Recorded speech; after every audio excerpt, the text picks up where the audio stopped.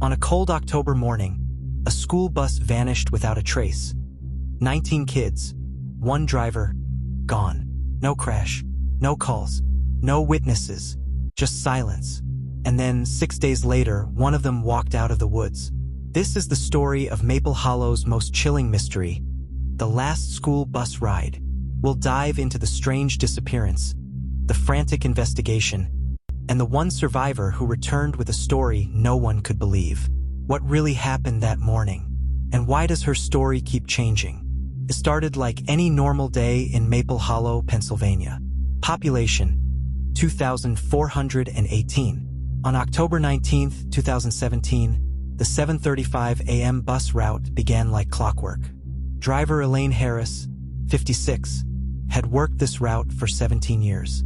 Her bus number 76, picked up the same kids at the same stops. Nothing ever went wrong. But that day, it never arrived at Maple Hollow Junior High.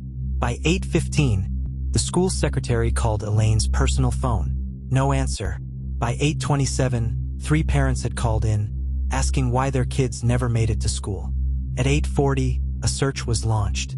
Local police, volunteers, drones, dogs. But the forest that bordered the town swallowed them whole. At 9:04 a.m., they found tire tracks leading off the road into Danvers Hollow, a dense, dangerous stretch of forest. No bus. At 2 p.m., they found a child's backpack. Inside, a crumpled worksheet, stained with what looked like blood. By day 2, national media descended on the town. Was it a crash? A kidnapping? An accident? And then, silence. No ransom. No bodies. No sign of Elaine. No sign of the kids. Until day 6. At 3:42 p.m., a hunter in the Hollow saw movement. A girl, scratched, bleeding, alone. 13-year-old Ava McKinley. She was covered in dirt. Her shoes were gone. Her wrists bruised. When they asked where she'd been, her answer sent chills down every spine in the room. We were underground. She claimed they were taken by someone who looked like Elaine, but wasn't. Said the woman knew all their names, but didn't speak. Wore the same uniform, same badge. But her eyes were wrong. Ava said the bus drove itself off the road, that they were forced into a tunnel, that she only escaped when the lights stopped. But when search teams combed Danvers Hollow again, nothing. No tunnel, no footprints, no blood, and Ava's story began to change. One day, she said they were fed berries. Another, she said nothing. She couldn't remember who was with her or how she escaped. And then, she identified the wrong students in photos. Meanwhile, police found footage of bus number 76 from a traffic camera. But the timestamp? It showed the bus passing the intersection 10 minutes after it was already reported missing. Then came the biggest shock. Elaine Harris never showed up to work that day. She was found in her home, dead. Parent suicide. Time of death? Hours before the bus ever left. So who was driving bus number 76? And how did Ava know details about the other kids that weren't public? One investigator noticed something odd in Ava's medical report. Old scar tissue, repeated fractures, signs of long-term abuse. But her parents? Clean records, no complaints. Then, a tip came in. From another town, 80 miles away, a woman claimed she saw a yellow bus, covered in branches, parked behind an abandoned factory. Police arrived. It was bus number 76, but it was empty. Seats torn, blood stains, and carvings on the windows. Names, scratched in by fingernails, including Ava's. And in the back seat, something worse. A set of keys, and a Polaroid. The photo, a girl, crying. Not Ava. The timestamp? 2 days ago. The photo sent chills through the entire precinct. The girl in the Polaroid? 11-year-old Jessica Pruitt, missing from a nearby town just 48 hours earlier. No connection to Maple Hollow. No connection to Ava. Until they searched deeper. Jessica's last known location? A therapy center. The same center Ava had been registered at 2 years ago. Now it wasn't just about a missing bus. It was about the children no one had connected with. Until now. the FBI took over the case.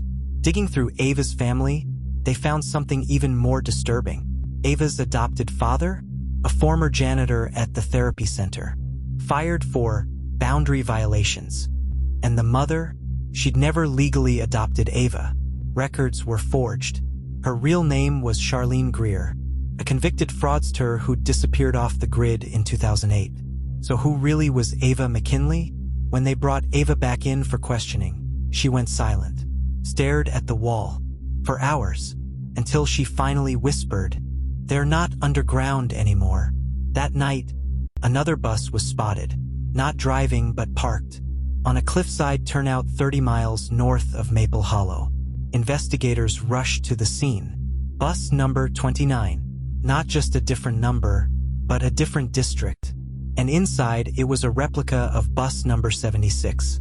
Identical interior, even down to the initials carved into seat 12A. But this time, they found someone alive. Jessica, eyes wide, silent, holding a crumpled photo of Ava. She didn't speak, but she handed detectives a note, scrawled in pencil. 6 words. "We traded places. It watches us." Then she passed out. Hospital scans showed severe dehydration, but no signs of trauma, no drugs, and no explanation for how she ended up there. Back in Maple Hollow, a forensic team finally uncovered a break. Soil samples from under bus number 70 SIX's tires contained traces of rare clay, only found in one place in the region, a sealed Cold War-era fallout shelter beneath the forest. They brought Ava there. She didn't blink. "I'm asleep now." When they opened the hatch, they found remnants. Kids' clothes, shoes, a cracked school desk, dozens of Polaroids, but no bodies, just a wall, carved over and over with a single phrase, "Don't let it drive." 1 week later, Jessica spoke her first words. She made a deal. When asked who she was, Jessica handed them a final photo of Ava, smiling, inside the bus, driving. Ava disappeared that night. Her house is empty. No sign of Charlene. No sign of her father. The case remains open. And every October 19th, someone reports seeing a yellow school bus just outside Maple Hollow. Engine running, headlights on. But when police arrive, it's always gone. The last thing anyone hears? Children's voices, laughing, then silence. Subscribe for more intrigue stories. Do not forget to like and share.